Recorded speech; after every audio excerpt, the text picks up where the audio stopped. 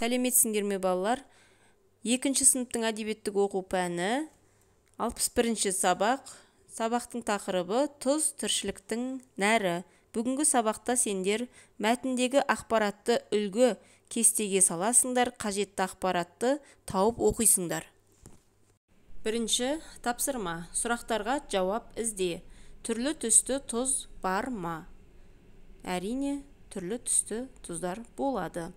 Тұзды пісіріп жеуге бола ма?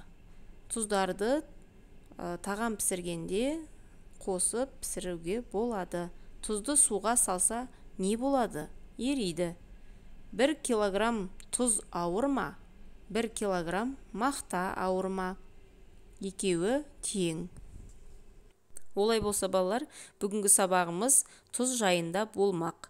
Тұз, ол кім? Бұл не? Кітабынан алынған. Қазір көптеген тамақ өнімін басқасымен алмастыруға болады. Ал тұзды ештеңкемен алмастыра алмайсың. Тұз болмаса, адам ағзасында зат алмасу бұзылады. Әрбір тіршілік иесіне тұз қажет. Тіпті малдарға да арнайы тұз беріледі. Жер қойнауында тұздың қоры жеткілікті. Елімізде тас тұзы ертеден бері өндіріледі. Жер астындағы тұзды алу үшін терең шахталар қазылады. Ондай тұз қабаттарының қалыңдығы кейде 1,5 километрге жетеді. Жер астында жатқан тұз нығыздалып, қатты затқа айналады. Оны тас тұзы деп атайды. Тұзды кеуіп қалған көлдің түбінен де, тұзды көлдерден де өндіреді. Мәшине тұзды көлдің суын сорып, оны буға айналдырады. Сөйтіп тап-таза аппақ тұз алынады. Ізден. 3-ші тапсырма. Дәптермен жұмыс. Сұрақтардың жауабын мәтіннен тауып жаз. Тұз қайдан өндіріледі? Тұз кеуіп қалған көлдің түбінен, тұзды көлдерден өндіреді. 2-ші. Тұз қалай өндіріледі? Тұз мәшине тұзды көлдің суын сорып, оны буға айналдырады. Содан соң тап-таза аппақ тұз алынады. Есіңде сақта. 4-ші тапсырма. Мұғалімнің көмегімен тыйым сөздердің мағынасын түсініп ал.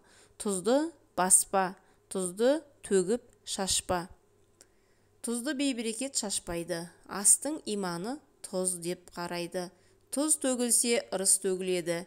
Дәм шамданады, ас азаяды. Жерге төгілген тұз еріп жоғалғанша, сол тұзды жерге төккен адам тұздай ашты тұрмыс кешіреді деп ырымдайды. Сондықтан тұзды баспай төгіп шашуға болмайды екен.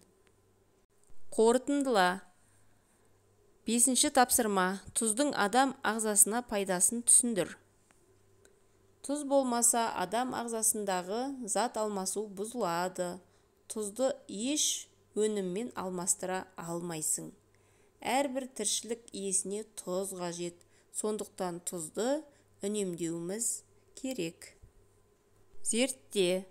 Үйдегі ас тұзының қаптамасындағы жазумен таныс. Кестені толтыр. Тұз қалай аталады? Арал тұзы. Түсі қандай? Ақ. Салмағы қанша? 1 килограмм. Тұз қайда өндірілген? Арал ауданы.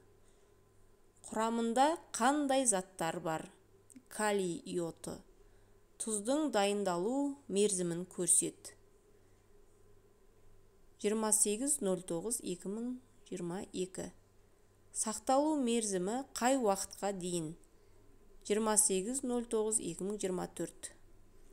Қалай сақтау керек? Құрғақ жерде.